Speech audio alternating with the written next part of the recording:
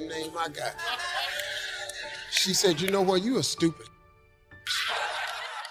And he said, Steve Harvey, you here? Come on up. Another key benefit of using game plans. If you have your plan in your projects book or up on a wall somewhere, it serves as a constant reminder to get busy on all the activities you have scheduled. Or, if there are a lot of blank holes beside the activities you have listed, your plan reminds you to get busy scheduling them.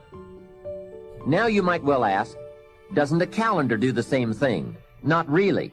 Many of the events on your game plan will be on your calendar, but here are the major differences. First, the visual reminder of the spreadsheet and the list of activities on the left that have no corresponding time assigned to them on the right serve to remind you of what is not yet done.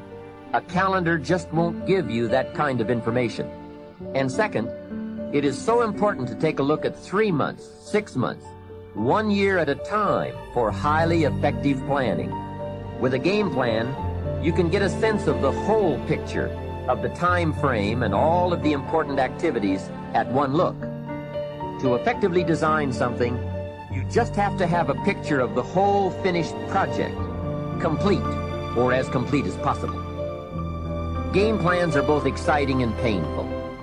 Painful because of all the things you must get on with and plan, make up your mind about, or give serious thought to.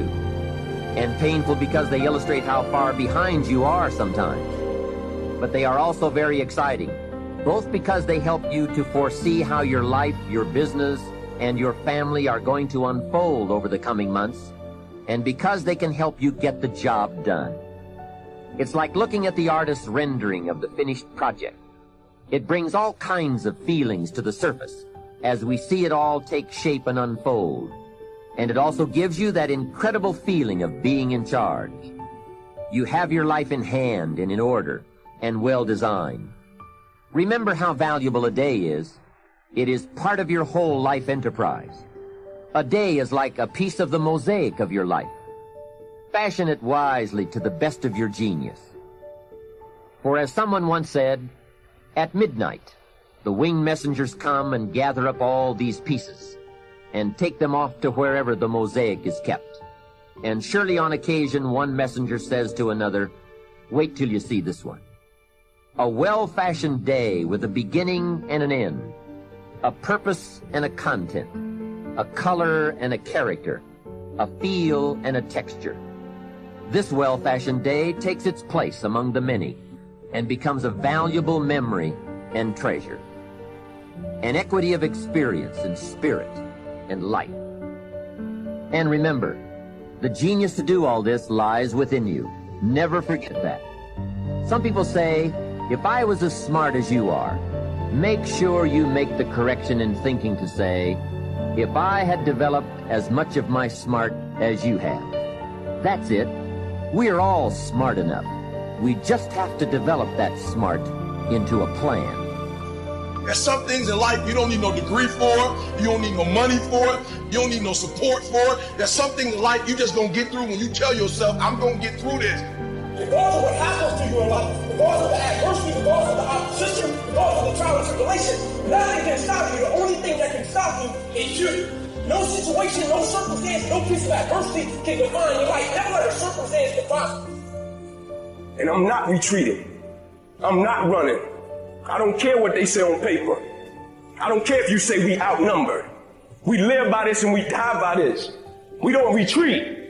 We don't run. We gonna stand, we gonna live, and we gonna die by what we stand for, and everybody gonna know what we represent and what we're part of. I got staying power. I got staying power. Be encouraged today that no matter what you walk through, no matter how broken your marriage is, no matter how many times you fail, there is within you a spirit that is greater than whatever is going on around you. If you would be willing to fight your way through this battle, fight your way through cancer, fight your way through that academic struggle, fight your way through divorce, fight your way through it. If you are willing to fight your way through that singing career, fight your way through boxing, fight your way through football, I'm telling you at the end of the fight is going to come victory. every every decision that you make in your life has an impact on what you're going to be doing 5 minutes from now. Maybe it's tomorrow, maybe it's next week, maybe it's a year, maybe it's 10 years from now. But everything that you decide to do today is going to have an impact on you in the future. Now, if you know what you're worth, now go out and get what you're worth. But you gotta be willing to take the hits and not pointing fingers saying you ain't where you want to be because of him or her or anybody. Cowards do that, and that ain't you. You're better than that. Start looking into the future of what you would like to accomplish, where you would like to go, the person you would like to be. Decide what you want, and then act as if you already had it. And that is to believe that what you imagine is possible for you. I had sweat equity. I had been working my whole life. And what I didn't understand, by being determined to chase something, by being committed to it, and what commitment is staying true to what you said you were going to do long after the mood that you have set it in has left. You see, people think commitment is saying, yes, I'll do it on the days when it feels good. But I have been committed to everything that I ever started in my life, and I never stopped and I never quit it. And so by being committed to everything that I started, I finished it. It built a certain type of spirit. It built a certain type of mentality. It built a certain type of individual. And so now I couldn't quit even if I wanted to. I couldn't lay in the bed even if I wanted to. I couldn't stop even if I wanted to. I had too much sweat equity in my life and everything that I was doing. It all comes down to the inner game, my friends. Changing your life is a change in the inner game. The outside world you can't control, but you have absolute control over this one if you learn the dynamics of what shapes you. And identity is one of those simple, clear, fundamental basics that if you start to shift it, everything else will shift in your life as well.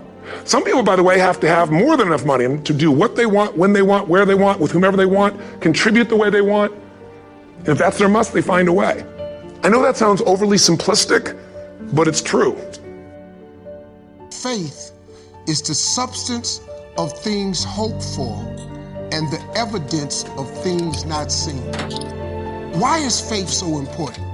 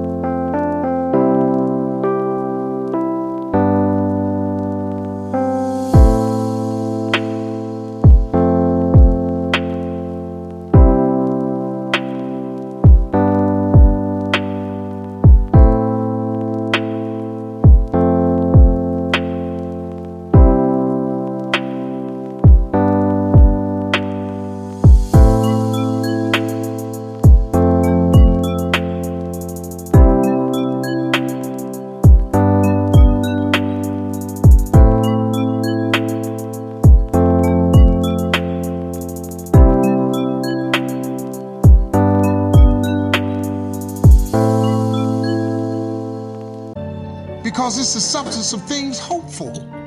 See, faith really is just hard hoping. If you hope hard enough, that's really faith. Faith is the substance of things hoped for. If you can just keep hope alive, you can make it. Because if you keep hoping, it is really faith. You just got to transpose it into I hope this happened to I believe this can happen. You have to have like real rigid requirements of yourself where you don't allow yourself to back out of things and you don't allow yourself to slack off. And I don't think people put those kind of requirements on themselves as if it's it is a daily principle of life, like what you must get done. And if you did that, I think you'd be healthier and happier, and your body would perform more smoothly. And if you require your body to do things like that, I think it rises to the occasion. It's just kind of like, I'll give you an example. Look at your physical body. Your physical body today is an absolute reflection of only one thing, not your goals, not your desires, but your standards. The identity you have for yourself. If your standard is you're an athlete, then there's a certain amount of strength, a muscle tone, and energy that's available in your body on a regular basis because that's who you are. And so you do whatever's necessary to maintain that identity. Again, the strongest force in the human personality is this need to stay consistent with how we define ourselves. And as you begin to challenge yourself, you'll discover some things about yourself that you don't know right now. The other thing is you begin to look at yourself, look at your dreams, and begin to experiment and stepping into your greatness. One of the things that's very important, whatever goals and dreams that you have, repeat after me, please, make your move before you're ready. See, the people who wait for Aunt Matilda to move out, or John to get on the day shift, or for him to swap in the old clunker, or until we get a new governor or a new administration. The people who wait for external changes before they make an internal decision will get cooked in the squat every single time. I can guarantee it. If you're going to reach your goals, you got to make up your mind. You do something today. You can't do everything at once. And if I were to relate back to weight, it's appalling to me to have somebody come up who's 150 pounds overweight and say they're going to lose it in 3 months' time. Friend, it took you 40 years to put it on. Don't take it off like that. I took mine off and kept it off because I changed the thing that put it on. A habit. I ate too much regularly. I didn't gain 37 pounds in one weekend. It is one more bite that done me in. It's the little things. I looked at that weight and I realized that all I had to do was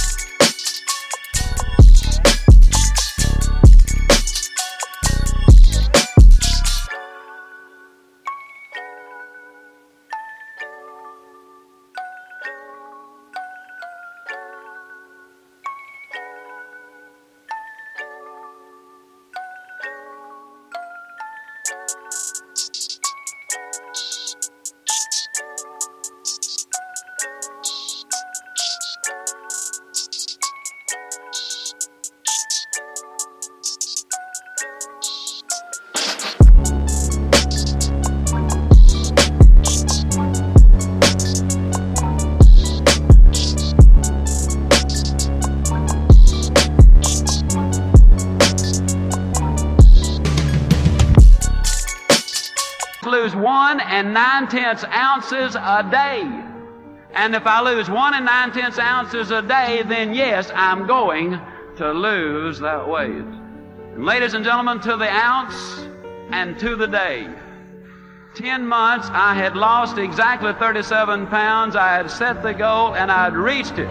Now, a lot of times people come to me and they say, Zig, tell me the truth.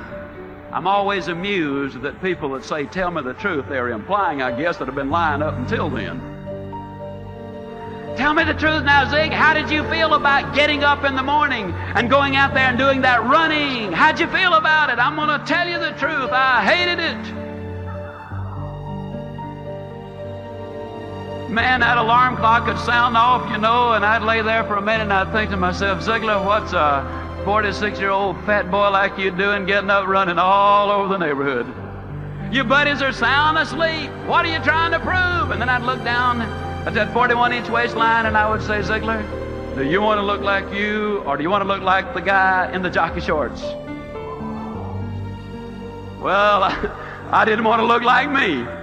No way. So I'd get out of bed. But just because I was running, that didn't mean I had to like it. Man, I'd get out there and run. I don't know what I'm trying to do. Acting like a teenager and everybody else is sound asleep, and here I am doing a fool thing like this. That's crazy, you know, and off I'd go. And don't you think for 1 minute I didn't tell everybody about it either.